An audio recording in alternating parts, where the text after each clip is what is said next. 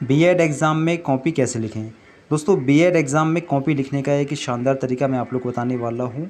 दावे के साथ हम कह सकते हैं कि अगर आप लोग इस वीडियो को लास्ट तक देखते हो तो 100% आपको काफ़ी बेनिफिट होने वाला है। जो भी आप लोगों को इस वीडियो में बताया जाए आपको उसको फॉलो करना है, ध्यान से वीडियो को देखना है। बीएड के फर्स्ट ईयर और सेकंड ईयर दोनों ही ईयर के स्टूडेंट्स के लिए वीडियो है। दोस्तों, चाहे आपकी तैयारी अच्छी हो या फिर ख़राब हो, बहुत हद तक ये भी मैटर करता है कि आप लोग कॉपी में किस तरह से लिखते हो। 50% आपकी तैयारी पर निर्भर करता है और 50% आपकी कॉपी लिखने पर निर्भर करता है कि आपके कितने मार्क्स आएंगे। तो बस आप लोग कॉपी को इस तरह से लिखना जैसे मैं आपको वीडियो में बताता हूँ। तो चलिए दोस्तों, शुरू करते हैं वीडियो को। तो दोस्तों, ध्यान से वीडियो को देखना। बीएड फर्स्ट ईयर का आपके सामने ये पेपर है। अब देखो, पेपर में जो आपका लॉन्ग क्वेश्चन आता है बीएड फर्स्ट ईयर में, वो 15 नंबर का होता है और जो शॉर्ट क्वेश्चन आता है वो होता है आपका 7 नंबर का। किसी अदर यूनिवर्सिटी में कम या ज़्यादा का हो सकता है। क्वेश्चन कितने नंबर का है ये मैटर नहीं करता, मैटर ये करता है कि आप लोगों ने क्वेश्चन को किस तरह से लिखा है। अब देखो, मान लीजिए आपके सामने पेपर आ गया, आपने पेपर को देख लिया। अब देखो, आप लोग पहले एक बार पेपर को पढ़ लेना और पेपर को पढ़ने के बाद में चाहे लॉन्ग क्वेश्चन में से जो क्वेश्चन आपको सही से करना आता हो या फिर शॉर्ट क्वेश्चन में से जो क्वेश्चन आपको सही से करना आता हो, जो क्वेश्चन आपसे सबसे अच्छे से करना आता हो ना, सबसे पहले आपको वो करना है। आपकी जो कॉपी होगी उसकी जो शुरुआत आप लोग करोगे सबसे अच्छे ढंग से करना। जो क्वेश्चन आपसे सबसे अच्छे से करना आता हो उसको आप लोग सबसे पहले करना, ठीक है। और दोस्तों, एक बात का ध्यान रखना, जिस भी सेक्शन से आप लोग क्वेश्चन करो, लॉन्ग सेक्शन से या फिर शॉर्ट वाले सेक्शन से, सेक्शन का नाम सही से डाल देना, क्वेश्चन का नंबर सही से डालना, जिससे कि एग्जामिनर को आपके आंसर को चेक करने में प्रॉब्लम ना हो। अब देखिए, ये आपकी कॉपी आ गई। अब कॉपी में सबसे पहले आप लोग जिस सेक्शन से क्वेश्चन कर रहे हो उस सेक्शन का नाम डाल देना। सेक्शन का नाम डालने के बाद में जो क्वेश्चन आप लोग कर रहे हो वो यहाँ पर लिख देना, क्वेश्चन नंबर इतने का आंसर, ये यहाँ पर आप लोग उसके नीचे लिख देना।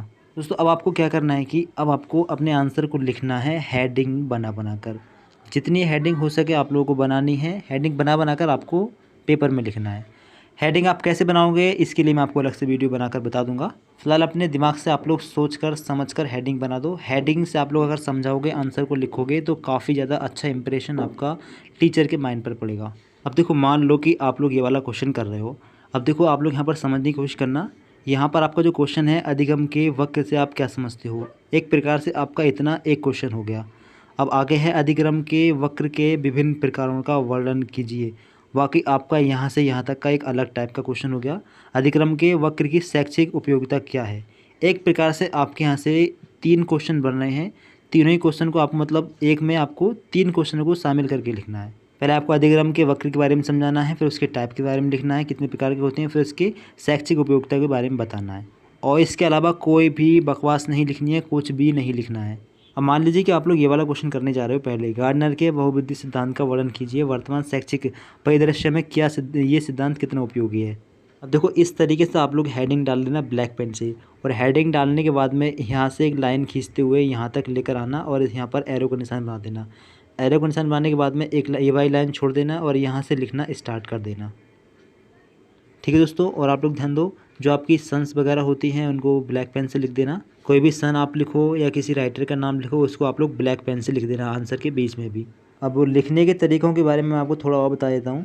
देखो, जैसे ही आप लोग लिखना स्टार्ट करो तो आप लोग अपनी राइटिंग में थोड़ा मोटा रखना। जैसे कि आप लोग ऊपर देख रहे हो लिखा हुआ, राइटिंग थोड़ी आपकी मोटी होनी चाहिए और बीच में कम या ज़्यादा गैप नहीं होना चाहिए। ना ही तो बहुत ज़्यादा गैप हो बीच में, वर्डों के बीच में, और ना ही बहुत ही कम गैप हो। अगर एक नॉर्मल गैप होगा तो आपकी राइटिंग बहुत ही शानदार दिखाई देगी। और दोस्तों, आप लोग कॉपी में कटिंग मत करना। अगर आप लोग कटिंग करोगे तो एग्जामिनर की जो नज़र होगी सीधे आपकी कटिंग पर पड़ेगी और उसका बैड इफ़ेक्ट उसके माइंड पर पड़ सकता है। जितना हो सके कटिंग से बचना है। अगर कुछ गलत हो जाता है तो आपको उसको वैसे ही लिखे रहने देना है। अब इस लाइन से आप लोग लिखना स्टार्ट कर दो, लिखते जाना, लाइन मत छोड़ना बिल्कुल भी, और लास्ट तक लिखना है। सही तरीके से आपको लिखते जाना है। और जैसे ही आपकी ये हेडिंग पूरी होती है, अब आपको दूसरी हेडिंग बनानी है अपने माइंड से। और दोस्तों, अगर हेडिंग की गुंजाइश नहीं हो, अगर हेडिंग नहीं बन पा रही हो वहाँ पर, तो आप लोग वहाँ पर पैराग्राफ बना देना। अब पैराग्राफ आपको इस तरीके से बनाना है, जैसे मान लीजिए आपका आंसर यहाँ पर लास्ट होता है तो आप लोग वहाँ पर विराम लगा देना और एक लाइन छोड़कर यहाँ से लिखना स्टार्ट कर देना, और जहाँ तक आपका वो आंसर जाए वहाँ पर लास्ट में विराम लगा देना। तो इस तरीके से आप लोग पैराग्राफ बना देना। पैराग्राफ से भी आपकी राइटिंग काफ़ी अच्छी दिखेगी। और ये आपके पैराग्राफ भी एक प्रकार से हेडिंग का ही काम करेंगे। लेकिन आप लोग लगातार मत लिखते रहना। जैसे आप लोगों ने यहाँ से लिखना स्टार्ट किया और लास्ट पेज तक लिखते गए, बीच में या तो कोई पैराग्राफ होना चाहिए, कोई हेडिंग होनी चाहिए, ये ज़रूर आप लोग करना। निबंध की तरह हर लाइन में लिखते मत जाना। पैराग्राफ और हेडिंग का ध्यान रखना। दोस्तों ये तो हुआ आपके कॉपी में लिखने का तरीका, आपको कॉपी में लिखना कैसे है। अब आगे आप लोग ध्यान दो। देखो आप लोगों को जो आंसर लिखना है वो आपको अपने माइंड से बनाकर लिखना है। पूरा आंसर आप लोग अपने दिमाग से बनाकर लिखिए, रटना बिल्कुल नहीं है और याद भी आपको कुछ नहीं करना है। आपसे इसलिए पूछा जा रहा है कि आप लोग इस क्वेश्चन के बारे में क्या जानते हो, आप लोग अपने शब्दों में उसको दर्शाइए। आप लोग देखते भी होंगे लिखा हुआ, बस आप लोगों को शब्दों का ध्यान रखना है, थोड़ा शब्दों का सही ठीक से चयन करना और आप लोग अपने दिमाग से बना कर लिखते जाना। बस इतना आप लोगों को ध्यान रखना है कि जो आप आंसर लिख रहे हो वो इस क्वेश्चन से संबंधित ही होना चाहिए।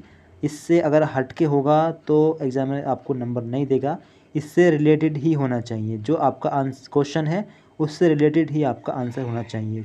जितना भी आंसर आप लोग लिखो पूरा आंसर आप लोग बना कर लिखना अपने दिमाग से। हेडिंग में अपने दिमाग से बनाना, पैराग्राफ भी आप लोग बनाना, सब चीज़ अपने दिमाग से ही बनानी है, किसी की कॉपी नहीं करनी है। और बीएड के सभी स्टूडेंट बहुत ही ज़रूरी चीज़ सुन लें। देखो जो एग्ज़ाम में आपकी कॉपी चेक करते हैं वो या तो होते हैं एमए करे हुए, या होते हैं एमए प्लस बीएड, या फिर होते हैं बीएड करे हुए। ऐसा नहीं है कि कोई बहुत बड़े प्रोफेसर आपकी कॉपी चेक करते हैं, इसलिए आप लोगों को इतना घबराना नहीं है। अपने शब्दों में आप लोगों को आंसर लिखते जाना है अपने दिमाग से बना कर।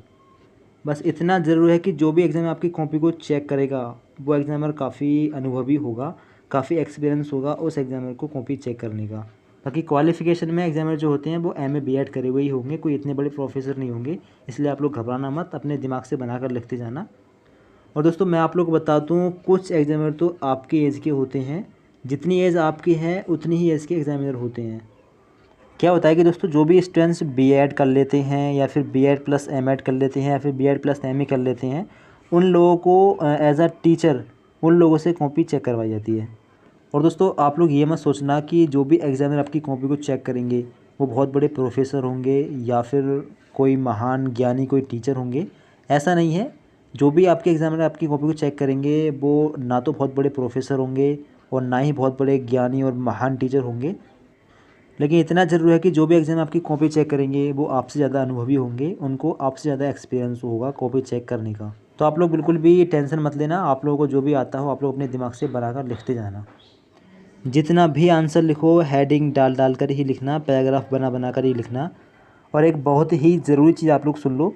देखो आप लोगों को कम और अच्छा लिखने पर बिल्कुल भी डिपेंड नहीं रहना है। अगर आप लोग सोच रहे हो कि कम लिखें और अच्छा लिखें, साफ़ राइटिंग में लिखें, तो आप लोग गलत हो। बिल्कुल भी आप लोग इस पर डिपेंड मत रहना। कम मत लिखना, चाहे आपकी राइटिंग ख़राब हो, ज़्यादा से ज़्यादा आपको लिखना है। आपको कितना लिखना है, लॉन्ग क्वेश्चन शॉर्ट क्वेश्चन मैं आपको बताता हूँ। तो देखो लॉन्ग क्वेश्चन की हम बात करें, लॉन्ग क्वेश्चन जो होता है आपका वो मैक्सिमम 15 नंबर का भी होता है, 12 का भी होता है, 14 का भी होता है, जितने नंबर के आपका लॉन्ग क्वेश्चन हो। तो देखो लॉन्ग क्वेश्चन को आपको कम से कम 4 पेज तो कम से कम भरने ही चाहिए, बिल्कुल कंपलसरी है। 4 पेज तो कंपलसरी है और ज़्यादा से ज़्यादा आपको 6 पेज भरने हैं। 5 पेज आपके मिनिमम ठीक रहेंगे, सबसे बढ़िया 5 पेज हैं। अगर 15 नंबर का क्वेश्चन है तो आप लोग 5 पेज भर दें। अगर 12 या 14 नंबर का क्वेश्चन है तो आप लोग कम से कम 4 पेज तो भरिए ही भरिए। चाहे क्वेश्चन का आंसर आपको अच्छे से नहीं आता है फिर भी दिमाग से बना कर लिखना है, ज़्यादा लिखना है। मतलब कम आपको पेज आपको कम नहीं भरने हैं, आपको पेज ज़्यादा भरने हैं। और शॉर्ट क्वेश्चन की बात करते हैं तो शॉर्ट क्वेश्चन जो होता है आपका वो या तो 10 नंबर का होता है या 8 नंबर का होता है या फिर 7 नंबर का होता है। तो इनमें से कितने का भी आपका शॉर्ट क्वेश्चन हो सकता है। तो देखो शॉर्ट क्वेश्चन जो लिखना है आपको वो कम से कम तो आपको कम से कम 3 पेजों में लिखना है। अगर 2 पेज में आप लोग शॉर्ट क्वेश्चन का आंसर लिखोगे तो ये कम रह जाएगा, इसलिए कम से कम 3 पेज आपके भरे होने चाहिए। और एक बहुत ही ज़रूरी चीज़ मैं आप लोग को बताता हूँ। देखिए हमने खुद गिना है, जो आपकी कॉपी होती है उसमें एक पेज में आपके 100 या फिर 100 से कुछ ऊपर वर्ड आते हैं। तो आप लोग यहाँ पर अंदाज़ा लगा सकते हो कि आपको शॉर्ट क्वेश्चन में कम से कम 3 पेज भरने हैं। शॉर्ट क्वेश्चन जो होता है आपका कम से कम 200 से 300 वर्ड के बीच में लिखने को आता है, तो कम से कम आपको 3 पेज भरने हैं। और जो आपको लॉन्ग क्वेश्चन होता है वो 500 से 600 वर्ड का आता है, तो इसलिए आप लोग कम से कम 5 पेज भरना, ज़्यादा से ज़्यादा 6 पेज भर देना। एक पेज में आपके 100 वर्ड कम से कम आएंगे, 100 से ऊपर ही आएंगे, 100 से कम आने का कोई चांस नहीं है। हमने खुद गिना है 100 से ऊपर ही वर्ड आते हैं। तो समझ कर पढ़ोगे तो आप लोग भूलोगे भी नहीं, और अगर आप लोग याद करते हो या फिर आप लोग रटते हो तो भूल जाओगे, इससे आप लोगों को प्रॉब्लम हो सकती है। इसलिए आप लोग जितना हो सके ज़्यादा से ज़्यादा आपको पढ़ना है। और कोई भी क्वेश्चन आपको पेपर में छोड़ना नहीं है, एक भी क्वेश्चन रहना नहीं चाहिए। पहले क्वेश्चन से लेकर लास्ट क्वेश्चन तक आपको सारे क्वेश्चन अटैम्प्ट करने हैं। टाइम को इस तरीके से मैनेज करना है कि आपका कोई भी क्वेश्चन रहने ना पाए। टाइम मैनेजमेंट के बारे में मैं आपको बताता हूँ, आप लोग ध्यान से सुनो। देखो, जो आपका शॉर्ट क्वेश्चन है कम से कम आपको उसको 20 से 25 मिनट देने हैं प्रत्येक शॉर्ट क्वेश्चन को। और जो आपका लॉन्ग क्वेश्चन है कम से कम 35 मिनट दीजिए अच्छे से उसको लिखने के लिए। 30 से 35 मिनट आप लोग उसको दें। 1 घंटे में मिनिमम आप लोग 2 लॉन्ग क्वेश्चन कर सकते हैं और 3 आप लोग शॉर्ट क्वेश्चन कर सकते हैं, क्योंकि 3 घंटे का आपका पेपर होता है तो आपको काफ़ी टाइम मिलता है। तो इस हिसाब से आप लोग टाइम मैनेजमेंट सही से अपने हिसाब से भी कर सकते हैं।